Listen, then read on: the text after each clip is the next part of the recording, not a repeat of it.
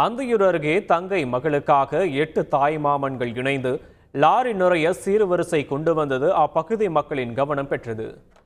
தங்கை இல்ல விழாவிற்காக அவரது சகோதரர்கள் நெருஞ்சிப்பேட்டையிலிருந்து லாரி நிறைய சீர்வரிசைகள் மற்றும் ஆட்டுக்கிடாயுடன் சுமார் 3 கிலோமீட்டர் தூரம் ஊர்வலமாக சென்றனர். தொடர்ந்து ஆட்டம் பாட்டத்துடன் விழா விமரிசையாக நடைபெற்றது.